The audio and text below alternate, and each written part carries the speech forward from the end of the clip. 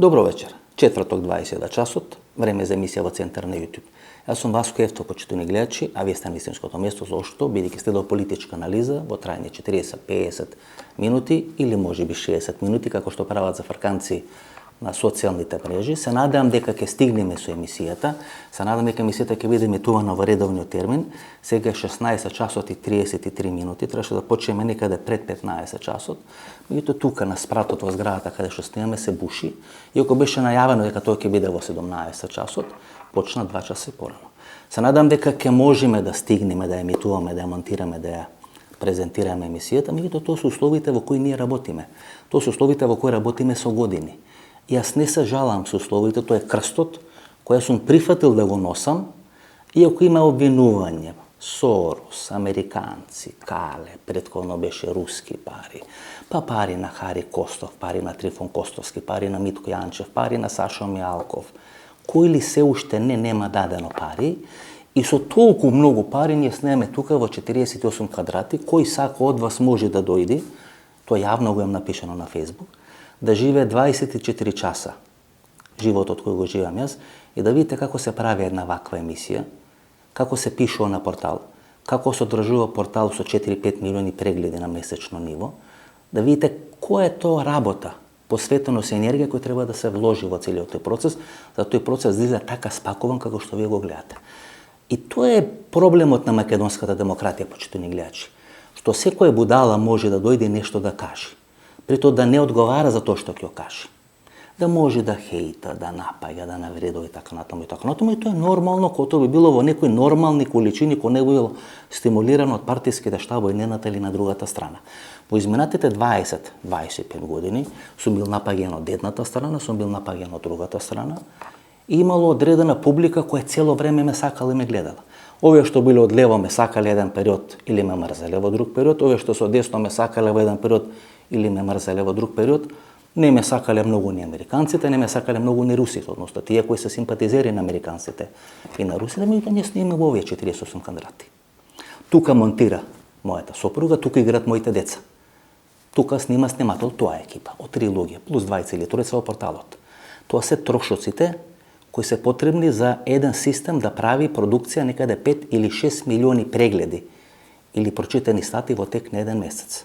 Тоа ниту најголемите телевизии во Република Македонија не може да го направат. Знаете зашо ви го кажам тоа? Бидејќи е нормално во една држава најдобриот банкар да биде најдобро платен. Нормално во една држава најдобриот доктор да биде најдобро платен. Нормално е во една држава најдобриот фудбалер да биде најдобро платен. Но е ненормално во една држава најдобриот, нема да речем најдобриот, туку ајде ќе употребам формулација највлијателниот и најгледан новинар во една држава да работи во вакви услови. До тоа веламе крстот кој јас одлучив да го носам на себе. Да се гребам за демократијата, да се бориме за парче простор да можеме да кажеме тоа што го знаеме, тоа што го мислиме, тоа што го гледаме. Времето да не потврди. Тоа што ви го презентирам изминатите 2 месеци, почнувајќи од интервјуто со Љубомир Фрчковски, каде што за прв пат проговоривме како 1992-1993 година НАТО доаѓа и се стационира на територијата на Република Македонија. При тоа Скопје е центарот каде што се вршат нивните операции во Босна и Херцеговина, бидејќи голем дел од македонските генерали заедно службувале со Ратко Младич и другите генерали српски во Босна која вода војната од 92 до 95 година. Па следуваше интервјуто со Слободан Богоевски, каде што исто така беа кажани одредени работи, па Павле Транов. Па сеќавате со интервјуто со Евтим Клетников со наслов Македонски манифест ќе го брани Путин од Славјанка. Па све беше кажано, гледате сега хајката што е према Славјанка, беше презентирано, беше објавено дека ќе се случи таква хајка, бидејќи е министар за одбрана во Република Македонија. Па имаме интервју со Павле Транов кој е прекинато на полан со руската агресија. Едната емисија е презентирана пред руската агресија, втората емисија е презентирана по почетокот на руската агресија. Па интервјуто со Сирсто Пенов, сите тие интервјуа се смислено и целно направени. Да ви објаснам што се случувало и што ќе се случува во Република Македонија и во регионот, како функционираат тие системи. Тоа е мојата битка, почитувани гледачи. Ова не го правам за пари. Ова не го правам за слава. Јас тоа го имам како слава. 20-25 години каде да сум бил, сум имал најгледана емисија. Ова го правам бидејќи сметам дека имам обврска према луѓето кои ме гледат и луѓето кои не ме гледат. Кон луѓето кои ме сакат и кон луѓето кои не ме сакат. но и према македонската јавност се некој зошто ние би имале популарност и би имале влијание ако тоа погрешно го користиме. Па ние имаме прилика да видиме како е тоа погрешно користено од Никола Груевски, од претходните премиери, можеби од идните премиери и така натаму, како влијанието и довербата која сте им и дале погрешно искористена, како станале милионери, како направиле заробена држава, како ја уништиле вашата иднина. Јас сметам дека влијанието кое го имам треба да го искористам не за правење пари, туку да создадам амбиент како ова држава да оди напред.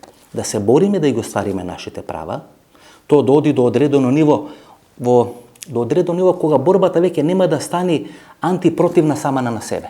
Кога со борбата нема да јадете субстанцата која нас не прави држава и не влече напред. Ние сме дојдени во една таква фаза кога борбата да нешто направиме, нешто да докажеме, нешто да покажеме или кон нешто да презентираме или да манифестираме незадоволство и револт, се манифестира во нека канцерогена структура која го јади ткивото, здравото ткиво на ова македонско општество.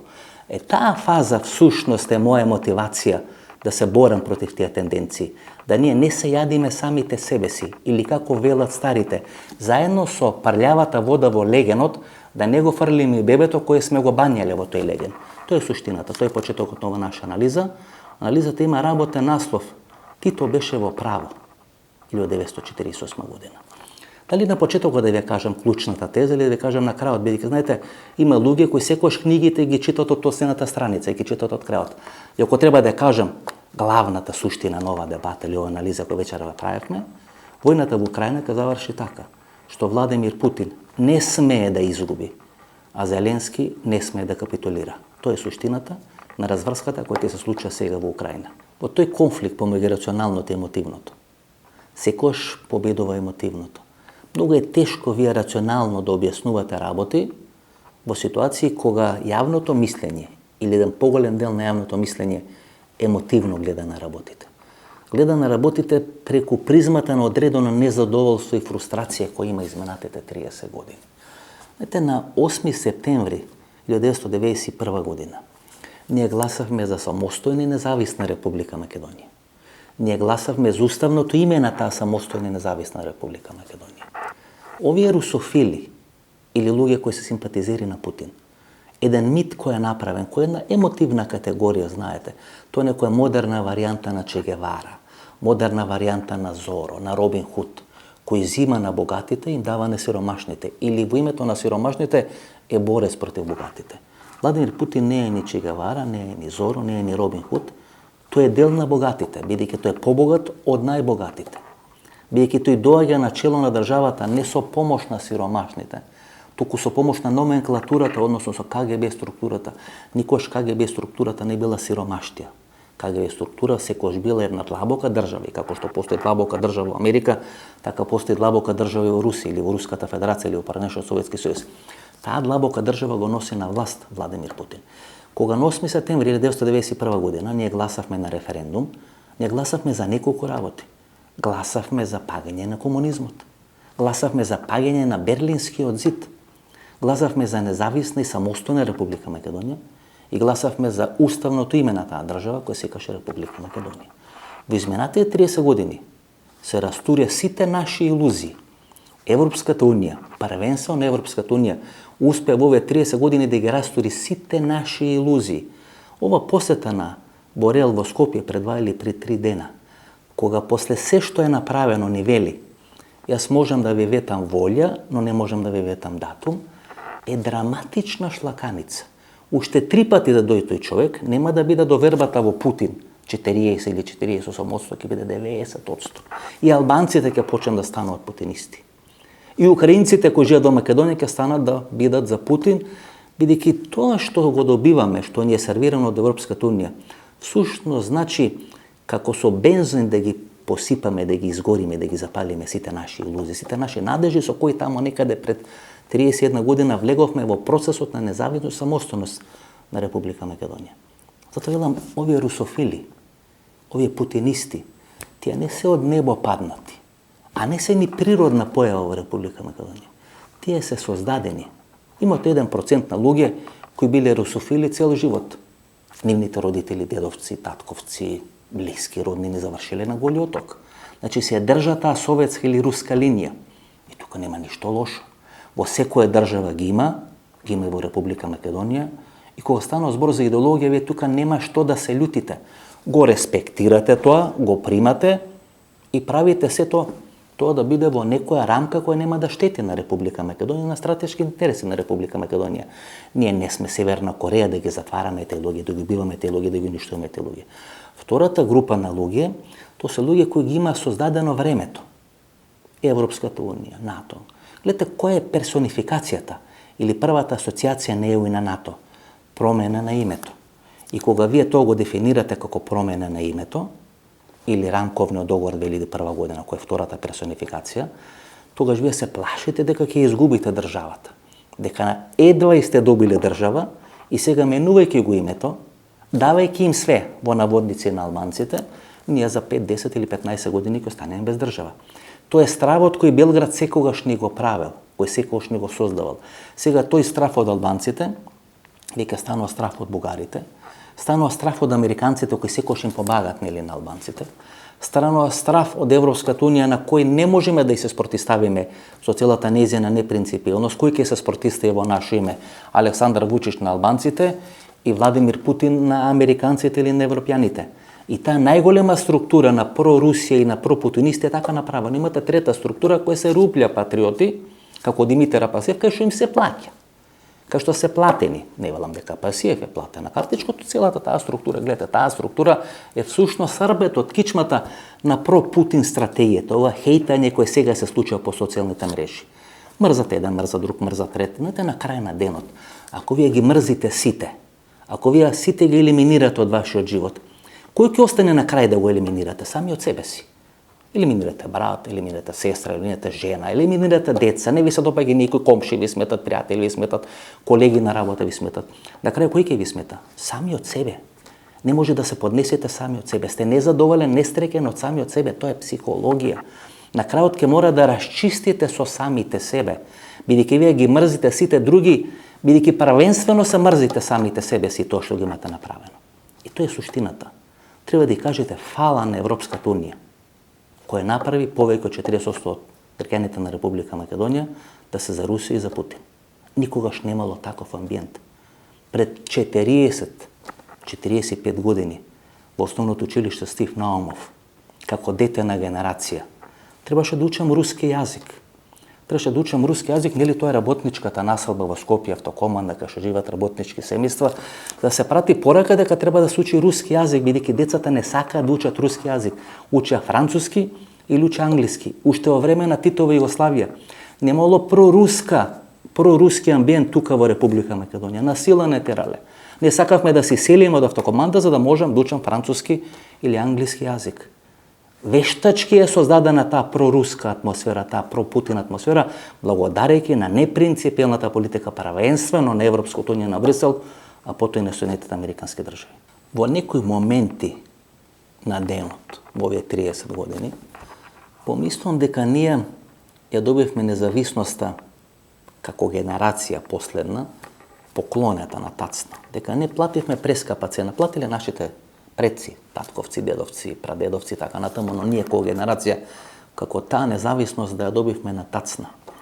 И дека кога нешто ќе ви биде поклонето на тацна, нема да се борите, нема да сакате, нема да го посакувате и не знаете доволно да го цените. Гледате како украинците ја ценат независноста. Како се бора за таа независност. Знаете кој ќе биде победник на крајот на ова гнасна војна која се случува во Украина? Ни Зеленски, ни Путин. Ќе бидат победници украинците кои преку конфликт со антиподот, преку конфликт со русите кои цел живот ги сметале за мали руси, кои ги сметале за мали браќа, кои ги потискувале, ги потуцнувале. Велеле дека тие вештачки биле направени како народ, како нација, како држава. Тоа е истиот принцип кој бугарите нас не го прават. Вие не може да станете нација ако не влезете во клинч, во конфликт со тој што ве негира, омаловажува и ве смета за вештачка нација. На крајот на ова гнасна војна во Украина, украинците ќе станат нација, благодарејќи на конфликтот со Русија, со Руската Федерација и со глупата руска стратегија и руска политика. И тоа што бугарите го праве во однос на Република Македонија, и тие длабоки рани кои нема да зараснат наредните 50 или 100 години, во Украина никогаш нема да зараснат. Нема шанса Русија да ја стави под своја контрола Украина. Како вие ќе ставите под своја контрола? Ќе ги заземите градовите? Ќе ги заземите селата? Па вие треба да освоите историјата и душата на луѓето за да може да ставите под контрола одредена територија. Инаку го имате Виетнам, војна која ќе трае 30, 40, 50 години. Војна која ќе ве истошти, ќе ве измрцвали финансиски, психолошки, воено, со морал, со имид, со све. Па до пред една година им беше на луѓето чест да пијат кафе и да се сликат со Владимир Путин. Путин беше некоја современа персонификација на Јосип Брз Тито, холивудски глумици, холивудски режисери, доаѓа во Москва, пие кафе. Слободоумниот естаблишмент во светот комуницираше со него кој што комуницираше со Јосип Брз Тито. Гледате, во 2-3 недели Зеленски му го зема тој имидж. Зеленски му го зема чалонот. Сега е срамота да се сликате, да комуницирате со Владимир Путин. Не верам за овие рублје, патриоти и овие наши фрустрирани екипажи, кои всушност го сакат Путин бидејќи ја мрзат Америка и ја мрзат Европската унија поради тоа што не го прави. Сега Владимир Путин изолиран човек.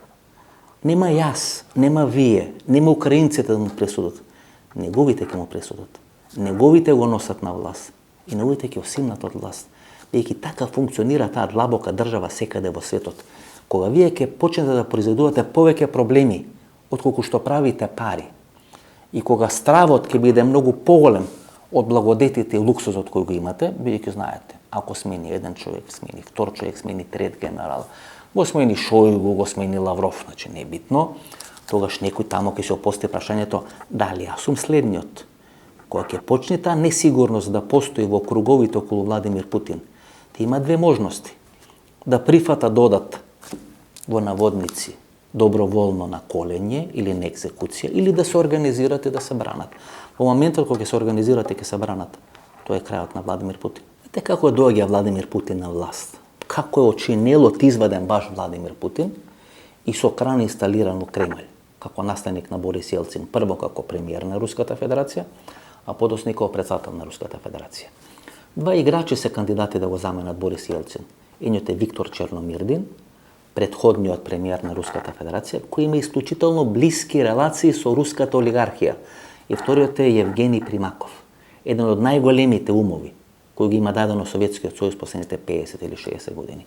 Министер за надворешни работи и има напишано книгата Години во високата политика. Во таа книга се опишани сите преговори околу паѓање на Берлинскиот зид и обединувањето на Германија. Маргарет Тачер, Хелмут Кол, Џорџ Буш по старите и така натаму и така натаму. Сите тие стенограми се ставени во таа книга. Нема во Македонија, има во Белград, Години во високој политици. Ако можете, купете, многу работи ќе ви станат појасни. Евгений Примаков, кој е интелектуално супериорен во тие 30-40 години на руската политичка сцена, не е избран да биде наследник на Борис Јелцин, бидејќи е премногу близок до старата номенклатура која е заменување. Тоа е едната причина. Втората причина е сите се чувствувале интелектуално инфериорно во споредба со Евгений Примаков. Тие работи кои се договарани при распадот на Советскиот сојуз и обединувањето на германската држава, на источна и на западна Германија, тамо де факто е кажано дека НАТО нема да се шири на исток. Тоа е кажано како услов русите да климнат со глава или Советскиот сојуз да климни со глава и да даде зелено светло за обединување на Германија. Преговорите од германска страна ги води Хелмут Кол и Геншер, министерот за надворешни работи. Затоа Германија има една таква принципиелна позиција во однос на руското прашање, бидејќи дале ветување, дала и Маргарет Тачер, дале американците, но знаете како велат во британската и американската политика нема вечни пријателства, има само вечни интереси. Така Владимир Путин, кој е непознат, е донесен и со кран инсталиран во Кремљ на чело на Руската Федерација. 2004 година тој почна да ја централизира својата мок. Тога се случат оние терористички акции на чеченците во градчето Беслан. И тогаш она глобална борба за против тероризам, бидејќи 2001 година кулите близначки, Њујорк и така натаму, светот е мобилизиран во таа битка против тероризмот и ајде да речеме го прсти му прогледот на Путин кога почна да ја централизира својата власт, да ја централизира, да ја зголемува по геометриска прогресија својата мок и да ги централизира тајните служби. Путин потекнува од КГБ. Тој е моделот Андропов, кога тие гледа дека се распаѓа Советскиот сојуз, прават еден модел или план Андропов да се изнеси капиталот надвор, капиталот да се стави по овие офшор зони, девствени острови, да се смени формата, да се смени имиджот, да се измислат тајкуни, кои потоа ќе го вратат тој капитал во Руската Федерација. Или ќе може да го инвестираат во Велика Британија како Абрамович, во Франција, во Америка и така натаму, и така натаму. И КГБ таа операција ја спроведе. Во еден временски период слабиот Борис Јелцин реши да го растури КГБ. Знаете што се случува? Кога тие луѓе кои се образовани со пари, со врски, со се, остануваат на улица и почнат да возат такси, тогаш има две можности.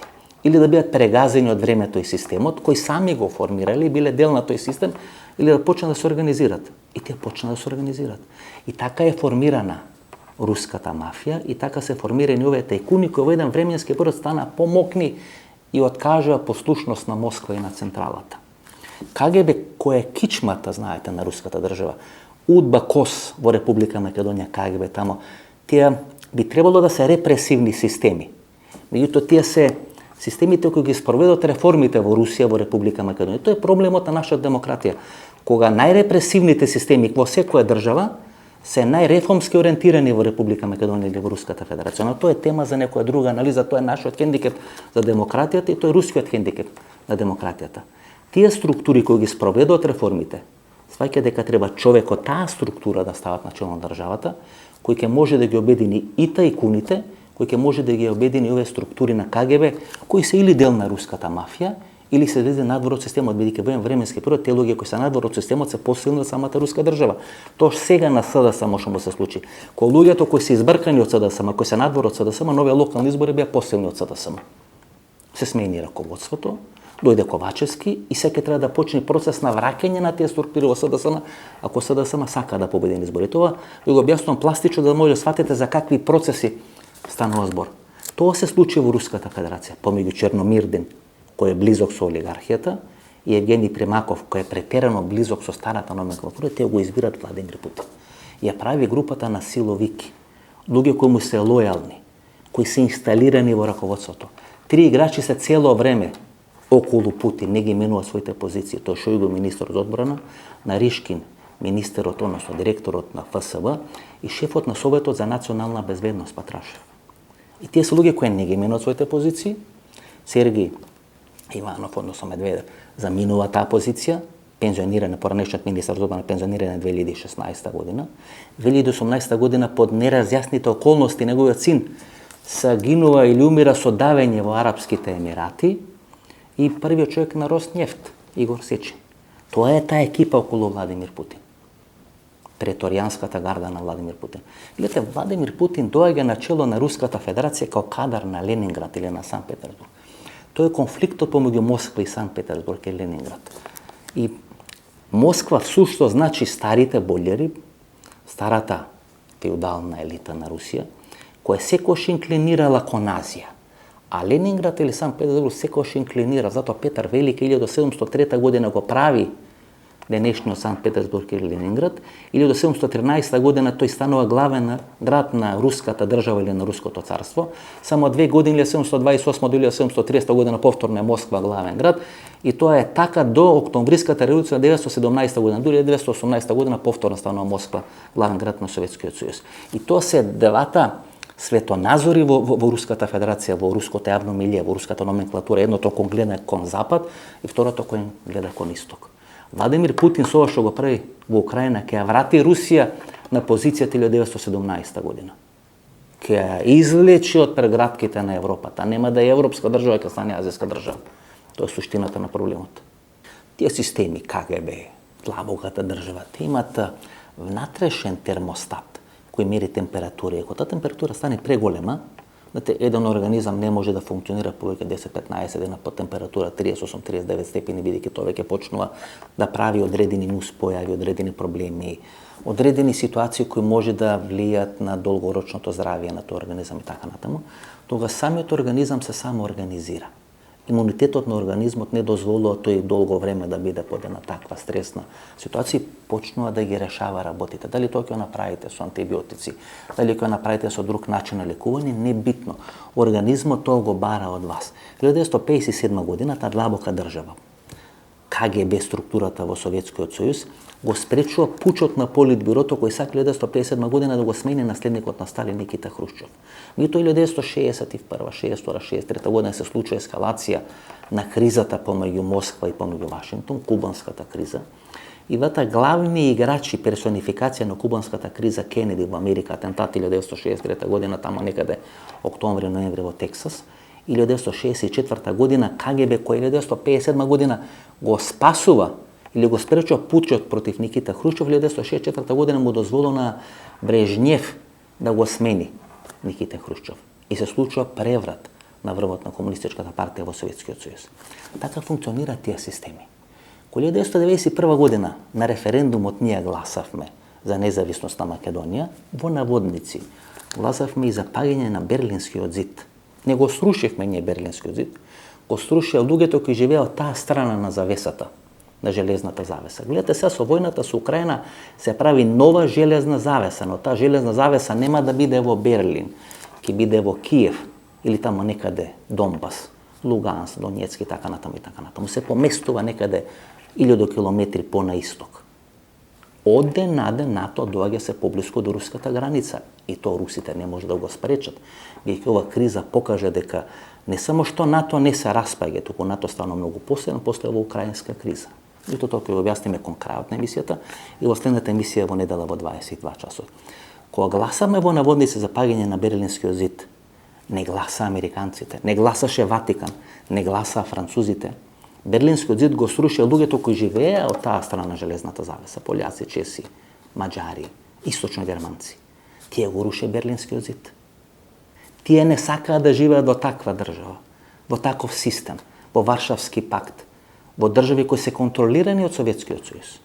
Па не може после 30 години на тие луѓе кои знаат како личи живење по чизмата на Русија и на Москва, вие сега да им продавате басми и приказни дека е добро да се живее по чизмата на Москва и на Русија.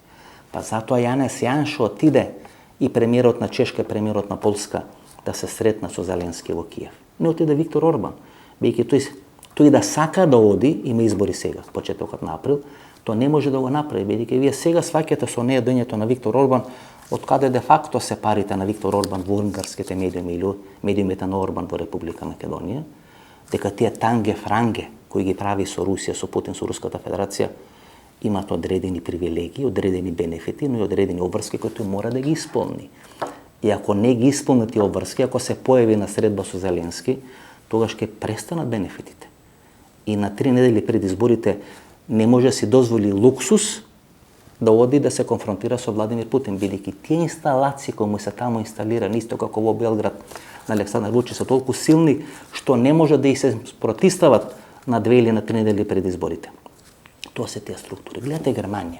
Од 1982 година па до 2021 година Германија има 3 канцелари или 3 премиери. Од 1982 до 1998 година Хелмут Кол, кој обединува Германија, се руши Берлинскиот зид и имаме една заедничка германска држава.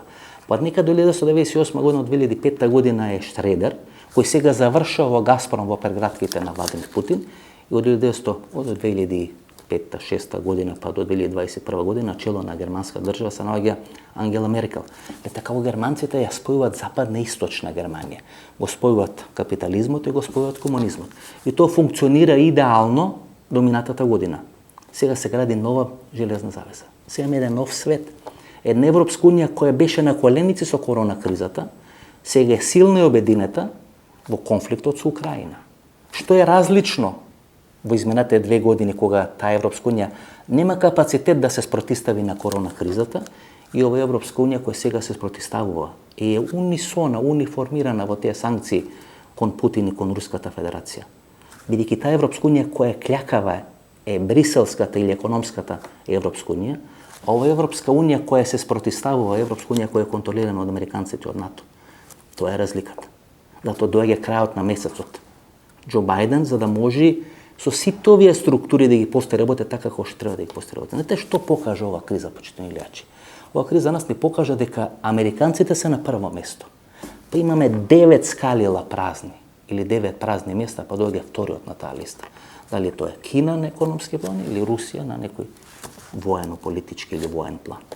И тоа е пораката на времето кој ние треба да ја прифатиме, да ја примиме и да ја анализираме. Дали тоа мене ми се допаѓа? Не. Ја сакам да живеам во мултиполарен свет.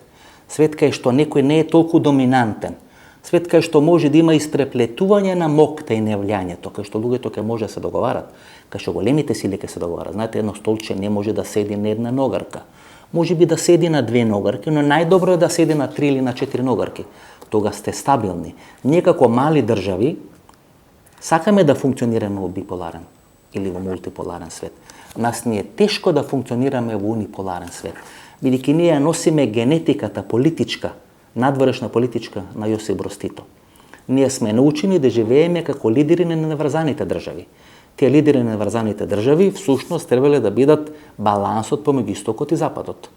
Излегли од прегратките на колониализмот, природно би требало да завршат во комунизам, за да не се случи тој процес и измислено движењето на неврзаните. На чело доаѓа првиот човек на Египет, првиот човек на Индија, Јосип Броз Тито, првиот човек на Социјалистичка федеративна република Југославија.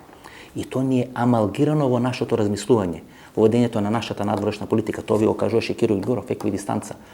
Јосип Броз Тито секогаш балансираше помеѓу истокот и западот. Емотивно беше врзан со Советскиот сојуз и со Руската федерација, бидејќи таму бил, таму работел, таму оженет, имал русинка жена, му изродила децата русинка жена. Меѓутоа секогаш кога ќе дојдеше стани падни ситуација, тој одеше во Вашингтон, бидејќи таму ја црпеше својата сила. Што е разликата помеѓу Советскиот сојуз 1952 година и Сталин и Руската федерација 2022 година и Владимир Путин? Ништо. Со тоа што Владимир Путин ја нападна Украина, а Сталин беше доволно паметен да не влези во тогашна Титова Југославија. Украина треба да игра ролјата сега која имаше Титова Југославија. И тоа сега ќе се случи. Гледате овие изјави кои ги дава Володимир Зеленски, кај што вели дека е разочаран од НАТО алијанса. Тоа значи дека тој прифаќа и создава амбиент да може да спроведе одреден мировен договор, кај што Украина нема да биде дел на НАТО сојузот или на НАТО алијансата. И тоа оно што треба да го направи Зеленски. Другата работа која треба да направи Владимир Путин. Владимир Путин треба да се откажи од ставање на марионетски влади, од капитулација на Украина, денацификација на Украина. Ни едно од тие цели нема да бидат остварени. Ќе ги добие Донбас, ќе добие Крим, меѓутоа Крим и секогаш била во негови раце. И пред 2014 година анексијата на Крим, тамо беше центарот во Севастополј на Црноморската флота, кај што украинска држава, ако тоа беше составен дел на украинска држава, преку разни договори со Руската федерација, кои се обновува на 10 или на 20 години, немаше контрола врз Севастополј. Таму беа стационирани руски војници. Главната црноморска флота беше под контрола на Русија и на Москва и беше стационирана на 50 или на 100 км од Јалта, главниот град на таа независна автономна Република Крим, која Јури Мешков има прогласено 1994 година. Уште 1994 година се појават конфликти околу таа автономна област Крим, на крај таа добива одредена автономија и по 2014 година е приклучена преку анексијата кон Руската федерација. Меѓутоа таму е центарот на Црноморската флота. Тоа се работи кои во секоја геополитичка анализа треба да ги знаете. Треба да ги ставите на маса да може да се огледнете контекстот на сите тие работи. Тоа сега се случува во украинската криза.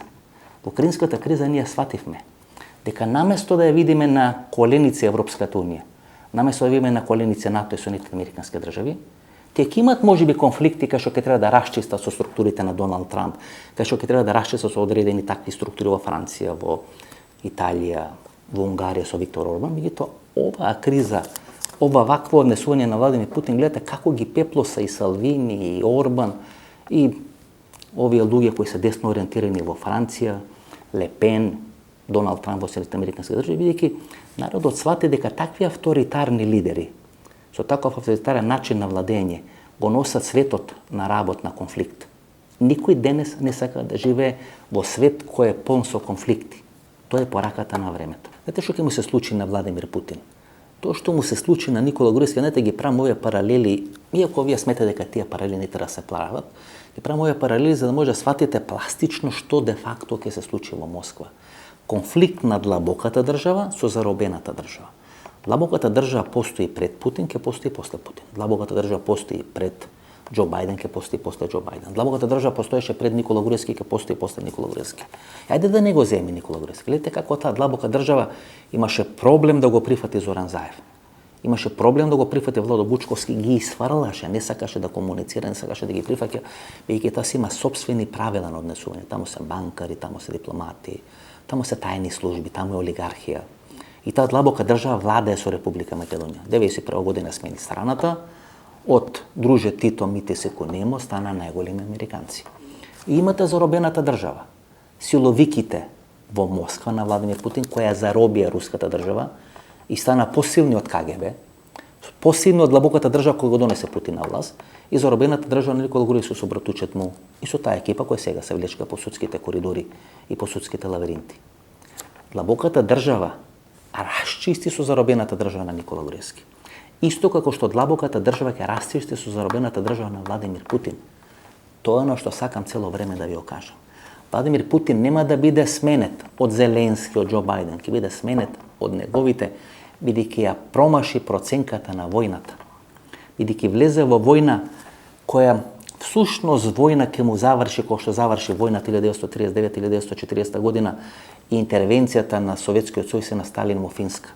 Смета дека ќе ја прегазат Финска за 10 дена, па таа војна продолжи во текот на цела зима и на крај заврши со одреден мировен договор, кај што Финска изгуби делови на територијата и прогласи независност во однос на Советскиот сојуз. Финска била порано територија на Советскиот сојуз, граничи повеќе од 1000 километри со Советскиот сојуз. Исто таа ситуација сега во Украина. Украина ќе загуби делови на својата територија, ќе прогласи можеби војна неутралност, ќе прогласи дека никогаш нема во нејзиниот устав да биде членка на НАТО алијансата или на сојузот на НАТО, меѓутоа ќе го симни од грбот товарот или влијањето на Руската Федерација, ќе стане нација, ќе стане држава. И тоа е суштината. Ви кажав дека двата најголеми града околу кои постојат тие конфликти во Руското царство, во Руската држава, во Советскиот сојуз и во денешната Руска Федерација се Москва и Ленинград, или Москва и Санкт Петербург. Знаете ли кој е третиот најголем град? Ајде да речеме четвртиот, бидејќи во еден временски период тоа е 19 век и Варшава и Полска се во состав на Руското царство. Полска, односно Варшава е на трето место, на четврто место е Одеса. Тамо ќе се главните битки. Санкт Петербург, Москва, Одеса. Затоа Одеса е клучна во војна. Киев е околу Киевска Русија, во историскиот дел, во геополитичкиот дел.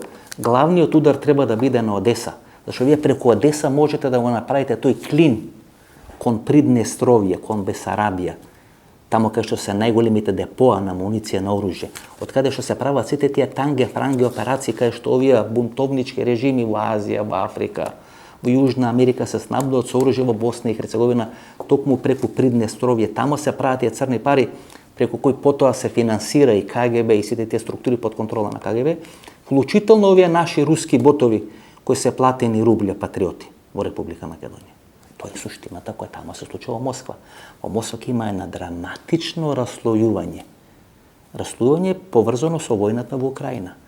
Бидејќи Путин дојде на власт преку војната во Чеченија и ќе падне од власт поради војната во Украина. Тоа може да не го видите сега, знаете. Тоа ќе го видите за неколку месеци или за неколку години, меѓутоа ова е лебедовата песма на Владимир Путин. Тоа се обидувам да ви го кажам во овие неколку анализи политички кои ги правам. И тоа е диалектиката на политичкото функционирање, знаете. Ако вие дојдете со војна на власт, тогаш е неминовно со војна и да паднете од власт. Каков ќе биде одговорот на Кина? Па Кина гледа што се случува сега. Знаете, Кина има три сериозни проблеми. Првиот проблем е дека Кина е направена со кредити и со технологија на Соединетите американски држави. Тамо не инвестирале русите, тамо инвестирале американците. Кина не ги направила овие мобилни телефони бидејќи кинезите ги смислиле, туку бидејќи ајфоните, поради ефтината работна сила, отвориле фабрики тамо и однале технологијата, таа технологија кинезите украле и успеале да ја надоградат и да направат некоја посовремена технологија. Меѓутоа тоа е базно американска технологија. Кина не може да функционира како самоодржлива држава без разлика на бројноста на населението. Таа зависи од европските американските банки, таа зависи од европските американските берзи и таа зависи од европските американските инвестиции. И Кина не може да си дозволи луксус да биде ставена под санкции исто како што е ставена Руската Федерација, бидејќи Кина е како кожа на леопард. Таму има повеќе од 500-600 етнички групи и групации. Можете ли да предпоставите, ако дојде до внатрешен конфликт, ако Кина биде изолирана и под санкции како Руската Федерација, што ќе се случи внатре, па ќе треба со тенкови тоа да го прават како на Тијанмен 1989 година. И трета работа, знаете, Кина не може да гледа како се руши еден град, например Киев, или Харков, или Одеса, бидејќи тоа ќе значи дека Кија го поддржува тој концепт, го поддржува тој модел и тоа значи дека Кина ќе биде под исти санкции како што е Руската Федерација. Меѓутоа, од друга страна, Кина се плаши од моќта на НАТО, од нановото возобновување или нановата ескалација на доминација и супремација на НАТО сојузот, бидејќи се плаши дека некаков НАТО сојуз ќе биде направен во Пацификот со Јужна Кореја, со Јапонија, со овие американски сателити кои со тек на времето се поблиски до Америка отколку што со Кина, например Виетнам со 110 милиони жители, Австралија и така натаму и така натаму. И сега Кина всушност калкулира помеѓу две работи. Не сака да се случи во Киев ситуација или реприза на Грозни или реприза на Вуковар во Хрватска. Ако не сакате да разговараме за Украина или да разговараме за Грозни, поставете си го прашањето или дилемата кој победи во Вуковар 1991 година. Дали ЈНА која го разори, која го уништи градот Вуковар, или Хрватската држава која дозволи на ЈНА и на тогашна СФР Југославија да го манифестира целиот бес и целото незадоволство, да го уништи градот Вуковар, кој се наоѓа на реката Дунав. На крајот победата е Хрватската држава, победничката во таа војна е Хрватската држава, бидејќи секојаш победа тој што се брани, што е сака слободата. Вуковар ќе биде Харков, Вуковар ќе биде Киев, Вуковар ќе биде Одеса, како што Вуковар беше Грозни. Кога вие ќе влезете да сравните со земја еден град, ете тоа може да го правите во Шипковица, но кога ќе дојдете да го правите во Рачиново, како што беше 2001 година, кој е на 5 км или на 7 км од центарот на Скопје, тога се поставувате прашањето која е цената, колку е тоа јавно, колку тоа го гледат медиумите, колку тоа го гледат странски дипломати. Затоа ти велат, имате 5, 7 или 9 дена да го решите проблемот со Рачиново, и ако вие во 7 или 9 дена не го решите проблемот со Рачиново и влезете во филмот Грозни кај што буфтате гранати и тоа трае 2, 3, 5 месеци, тогаш цената која плаќате ќе биде премногу скапа.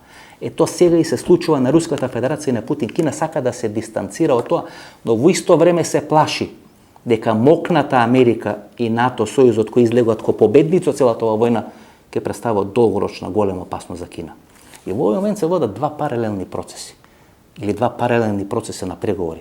На една страна преговарат украинците и русите и на втора страна во Рим преговарат американците и кинезите. Американците и кинезите треба да се договорат како да ги регулират своите билатерални односи во наредниот период. Бидејќи ако Кина гледа како поминува Русија во Украина, тога се опостава прашањето дали сите тие скапи авиони кои ги има направена Кина, но без тренинг на кинеските пилоти. Ете, можете и мене да ми дадете Харли Дейвисон, но јас не знам да го возам. Може да ги имате најскапите ракети.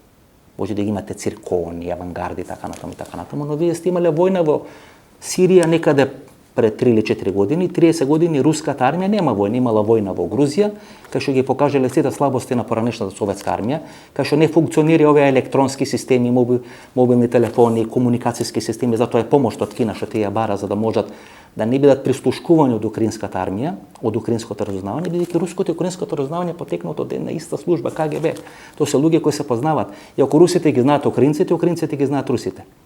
И тоа е стравот на Кина. Што ќе прават со кинеските авиони? Бидејќи американците биле години за години во војни дејства, во војни операции, тоа е старинна армија, и старинна армија во Авганистан, во Сирија, и старинна армија во Либија, и старинна армија во заливските војни, во пустинската олуја и така натаму и така натаму. И сега имаме апсурден факт дека бројот на загинати американски војници во двете војни во Ирак, вклучително војната во Авганистан, во период од 20 години, е многу помал од бројот на загинати руски војници во 20 дена во интервенцијата во Украина. И по втор пат ќе ви кажам, кога сандуците ќе почнат да се враќат во Русија и во Москва, тоа станува проблем за Владимир Путин. Има една работа која не смее да се случи. И околу тоа се униформирани и Америка, и Велика Британија, и сите големи сили. Путин и Руската Федерација не смеат да изгубат војната во Украина. Бидејќи ако ова Руска Федерација изгуби војната во Украина или не победи во војната во Украина, ако Путин не добие на послужавник одредена приказна која ќе може да ја продади пред сопствената јавност дека е победник во војната во Украина, а то да не биде грозни сценарио на ракетирање на Киев, бидејќи во оној момент кога вие ќе влезете во Киев, не влегувате во грозни сценарио, туку влегувате во виетнамско сценарио, кој ќе трае 10, 15, 20 години. Тие луѓе не ги сакаат русите, тие луѓе се тренирани. Постојано ме прашувате за овој батальон Азов. Дали се тие нацисти? Дали се тие луѓе кои се тренирани од американците? Да. Па 10 години тоа ви окажувам, да се случи преврат во одредена држава, да се случи шарена револуција, да се случи пуч, да се смени власта. Треба 3 или 4 структури да бидат вклучени. Така торта се прави по рецепта, така се прават и револуции.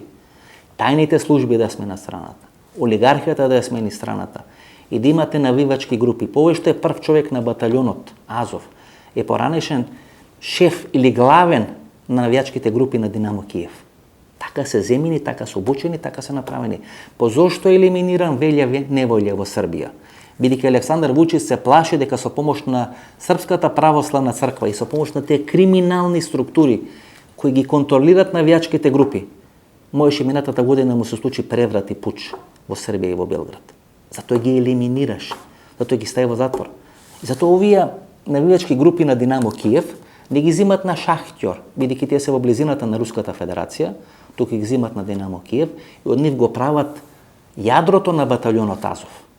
И подоцна американци доаѓаат, дават пари, тренинзи, обуки и така натаму, бидејќи преку конфликт со Руската Федерација вие можете да формирате современата украинска нација. И тоа е суштината.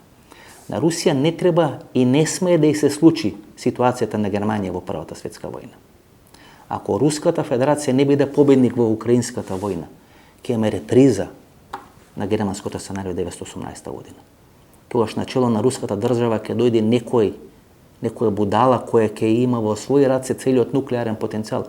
Вие ќе имате одредена армија која конвенционално не успеала да ја прегази Украина, слабата Украина, мокната Русија. Гледате, тој наратив се градеше со години и години дека тоа е најсилната воена сила во светот. Економски не е најсилна, технолошки можеби не е најсилна, со електроника, со компјутери, така натаму, со возила, дека тоа е Кина, дека финансиски е Америка, а дека војнички е Русија. И таа воена супериорна сила не може од 20 дена да ја прегази Украина. Не може да влезе во Киев.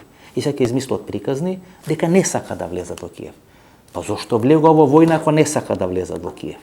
Донбас беше окупиран за 24 часа. Крим е анексиран 2014 година. Влегува во војна да го сменат Зеленски, да инсталират марионетска власт и да расчистат со денацификацијата или да спроведат денацификација во Украина.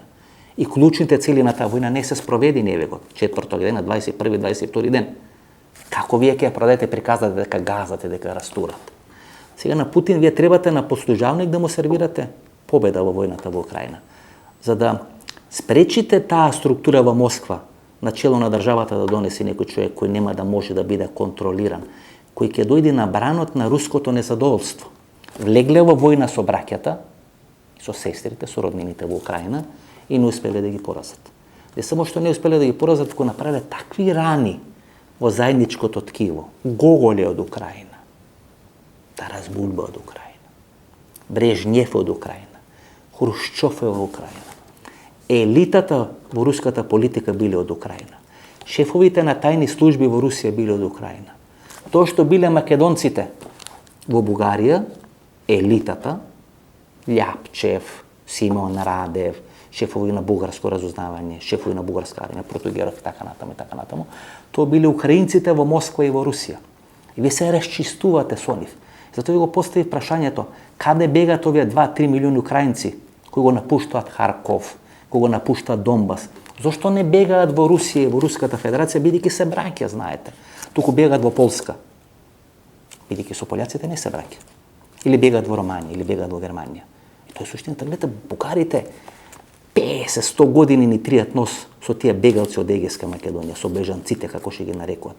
Каде бегаат тие луѓе? Тие луѓе не бегаат во Југославија, не бегаат во Србија, бегаат во Бугарија. И тоа бугарите го користат како крунски доказ да докажат дека ние имаме бугарско потекло. Каде бегаат украинците? Не бегаат во Русија. Тоа е суштината. Доаѓате овде и ме прашувате што е со 17 лаборатории биолошки на територијата на Украина. Па тоа го јавија кинезите минатата година кога беше тој конфликт каде потекнал коронавирусот. Ги објавија со име и со презиме тие лаборатории. И вие велите, тие лаборатории се направени да бидат предизвикани или формирани биолошки отрови кои ќе го уништат словенското население. Земена е ДНК на русите и врз база на таа ДНК на русите ќе бидат направени отрови кои ќе го уништат руското население. Па нели украинците и русите се браќа? Тогаш значи дека имат иста ДНК. Тогаш глупите украинци ќе ја користат својата ДНК која ќе ја земат од русите иста ДНК да се уништат самите себе си. Тоа се тие филмови во кои влагате, кои ви ги прават разни будали во Скопје, кои ви ги прават српските портали. Не, јас од зафарканција напишав дека нема девизи во Србија, за да почнат да имат редици во менувачниците во Македонија. Бидејќи кога напишавме дека во Србија нема бензин, вие се нацртавте на бензинските пумпи во Македонија да точите да полните бензин. Тоа е тоа влијание кое ви се прави преку Србија. Преку Спутник Србија, кој е центар на ширење на таа пропаганда и пропагандна машинерија на Путин, во Македонија на Балканскиот полуостров е најголема довербата во Путин. Да, тука е најголема непринципијалноста на Европската унија. И тоа создава еден таков драматичен молотов коктел, кој може да биде многу, многу штетен за едината на Република Македонија. Русите ќе платат пари да биде спроведено австријско сценарио. Двете држави кои се најмногу сакатени после Втората светска војна се Германија и Австрија. Германија која е поделена на две држави, источна и западна Германија. Главниот град е поделен на два дела, источен и западен Берлин. Главниот град станува Бон на Сојузна Република Германија, а источен Берлин станува главен град на Демократска Република Германија, и Австрија која е поделена на повеќе зони. Австрија не само што при 1955 година да не биде држава членка на НАТО алијансата, туку прифеќе да не биде држава која ќе е членка на Европската унија. Дури 1992 година, после паѓањето на Берлинскиот зид, Австрија може да стане членка на Европската унија. И имаме, например, ситуација со Норвешка која е членка на НАТО, но не е членка на Европската унија, Шведска која е членка на Европската унија, но не е членка на НАТО, и имаме Австрија која не е членка ни на НАТО, ни на Европската унија. И дел од тие држави се сака да станат членки на НАТО алијансата. Бидејќи гледат што се случува. Кој беше центарот на студената војна? Виена, тамо се главните шпиунски игри. Па сите овие филми со Джеймс Бонд и така натаму ви се случуваат во Виена. Каде нашите олигарси, тајкуни, кои ги прават парите бидејќи ги користат своите врски во Русија, во Советскиот сојуз, каде ги имат фирмите или во Лихтенштајн или во Виена, во Австрија. Тоа е суштината. Виена беше центар на студената војна. И Русија сега сака така да го трансформира Киев, да биде центар на некоја нова студена војна. Дали тоа ќе случи? Ги видиме, јас мислам дека тамо разврската ќе биде делови на територија да бидат приклучени кон Русија, Украина да се согласи со одредени територијални отстапки кои што направи Финска после војната 1939 или 1940 година и конфликтот со Сталин, интервенцијата војна која Сталин ја прави 1939 година во Финска, тоа што го објасни пред 20 минути, и дека тоа ќе биде разрешница на украинската криза. Но ќе видиме. Каде е сега Шпанија, почитувани гледачи? Каде е сега Италија? Видете, Франција како пимпла, како се обидува да биде некој мост, некој медијатор во кризата, меѓутоа немаат ни сила, немаат ни кондиција, ниту пак имаат волја да се вклучат масовно во тој процес. Последен пат, кога Шпанија реши да глуми голем играч во Европската унија, им се случи две работи, да бидат повлечени шпанските војници од овие НАТО мисии во светот, им се случи две работи. Големата железничка несреќа во Мадрид и им се случи проблемот со Каталонија. Кога следниот пат шпанците ќе помислат дека треба тоа да го кажат и тоа да го направат, ќе им дојде на памет или во реминисценција се оно што им се случи кога првиот пат тоа го побара. Каде е сега Италија, каде е сега Салвини? Гледате како сите овие играчи кои беа проруски играчи, кои беа финансирани и кои беа рублја патриоти, сега ги нема. И Ле Пен, и Салвини, ќе видиме што ќе се случи со Орбан. Тамо веројатно работата може да оди или на избори или после избори, меѓутоа него е запечатена кариерата и судбината исто како на Александар Вучич, прашање на техники на време како тоа ќе се случи. Каде е Доналд Трамп? Ето Доналд Трамп се појавува сега од нафтелин, но вели дека Путин е воен злосторник. Мора сите да се пера, знаете, с целата јавност во тие држави свати дека таков авторитарен начин на владење ги носи државите во конфликти. Овие држави како Франција, Италија, Белгија, Западна Европа, те се формирани со парите на Маршаловиот план. Меѓутоа се ослободени од страна на американците. 1943 година интервенцијата на Сицилија, 1944 година интервенцијата во Нормандија. Замислите да не беше искрцувањето на американската војска во Европа. Кој ќе ослободеше Западна Европа од нацистичка Германија? Руската чизма. Но тога железната завеса немаше да биде во Чешка и во Полска, туку ќе беше во Италија и во Франција. бидејќи француските и италијанските комунисти секогаш биле многу силни. Биле или најсилна или втора по сила партија во тие држави. Берлингуер, Марше. Само со помош на мафијата Лаки и Лучиано не беше формирана комунистичка власт во Италија. И тоа е суштината. И тоа Европа го знае. Ова денешна Европа е рожба на Соединетите американски држави. И само преку НАТО сојузот Америка може да биде голема европска држава. И победник од ова војна во Украина е НАТО сојузот. Делумно и Турција, бидејќи тоа што го прават турските бајрактари во Украина, покажува дека ние влегуваме во една разврска кај што тенковите, кај што начинот на војување веќе ќе биде сменет. Кај што тенковите немат никаква употребна вредност. Сталинградска битка, битката кај Курск, бидејќи символ на Советскиот сојуз, на руската сила биле секогаш тенковите. Сега едни спори бајрактари, кои се 10 пати поевтини од американските дронови, прават растур систем во руските позиции, руските хаубици, самоходки и руската интервенција во Украина. 4 руски генерали има загинато. Знаете како загинале? Загинале на првата борбена линија. Зошто руски генерали би се симнувале на првата борбена линија? Бидејќи нешто не функционира. Знаете како се убиени со снајпер? 4 директно во чело. Дали сте виделе убиен американски генерал во војната во Ирак? Со снајпер. Биле во заседи. Биле во бомбашки операции. Нито не биле убиени со снајпер. Тоа е разликата помеѓу едната и другата армија. И ова ми е многу тешко да го кажам. Јас потекнувам од Егејска Македонија. Ме прашувате како можам да поддржувам некој. А кој ви вели дека го поддржувам? Само рационално правам анализа.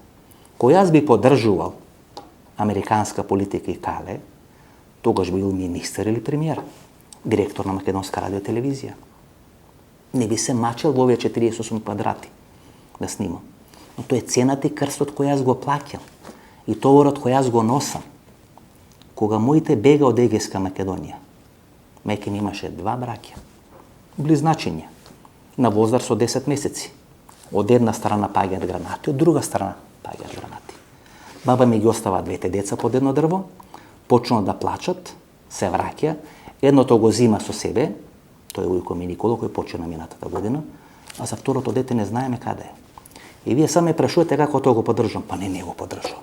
Но кога правиме рационални анализи, тогаш што не го правиме врз база на личните чувства, туку го правиме врз база на тоа што е најдобро за мојот народ и за мојата држава. Кој јас би размислил што е најдобро за мене, па јас пред 15 години ке се продадев и ке бев сега милионер.